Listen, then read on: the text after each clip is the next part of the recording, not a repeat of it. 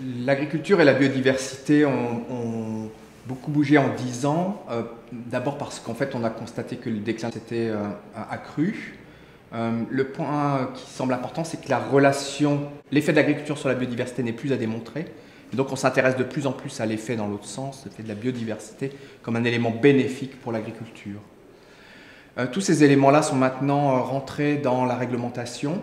Les 10 ans ont été mis à profit pour mettre en place ces stratégies d'appui aux agriculteurs, avec une intégration à la fois de mesures qui touchent directement l'exploitation et une intégration de ces politiques à des échelles plus larges, afin que tous les agriculteurs puissent participer collectivement à une restauration significative de la biodiversité dans les territoires dans lesquels ils sont.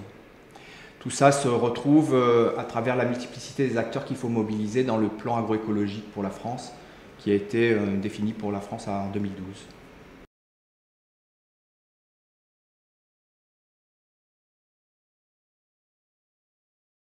Alors, les paysages agricoles sont un élément important pour la relation entre agriculture et biodiversité. Si je prends un exemple concret, si je mets une haie isolée au milieu de la Beauce, elle n'aura pas toutes les propriétés qu'on attend d'une haie, elle n'hébergera pas la biodiversité qu'on peut attendre d'elle.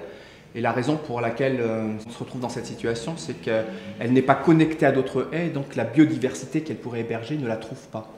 Les scientifiques ont vraiment montré plusieurs fois qu'une population de petite taille a peu de chances d'arriver à se maintenir au cours du temps. Et donc il est vraiment important d'atteindre des masses critiques importantes pour que la biodiversité puisse s'installer durablement dans les paysages.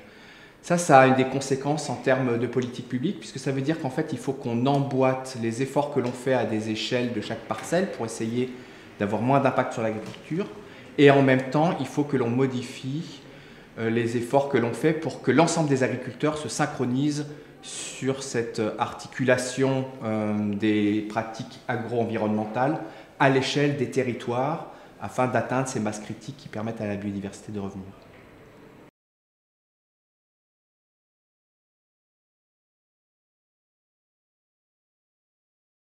Alors, l'économie a du mal à intégrer les valeurs environnementales parce qu'elles n'ont pas de valeur marchande évidente. Un agriculteur qui, par exemple, œuvre pour avoir une forte activité biologique dans ses sols va avoir des effets bénéfiques sur la qualité de l'eau issue de son territoire et pour autant, il n'en retire pas un bénéfice. Et donc, il n'y a pas de lien direct entre la biodiversité hébergée chez un agriculteur et les efforts qu'il fait pour cela et le bénéfice qu'il en retire. En revanche, on peut générer des effets indirects à travers notamment les reconnaissances via les labels.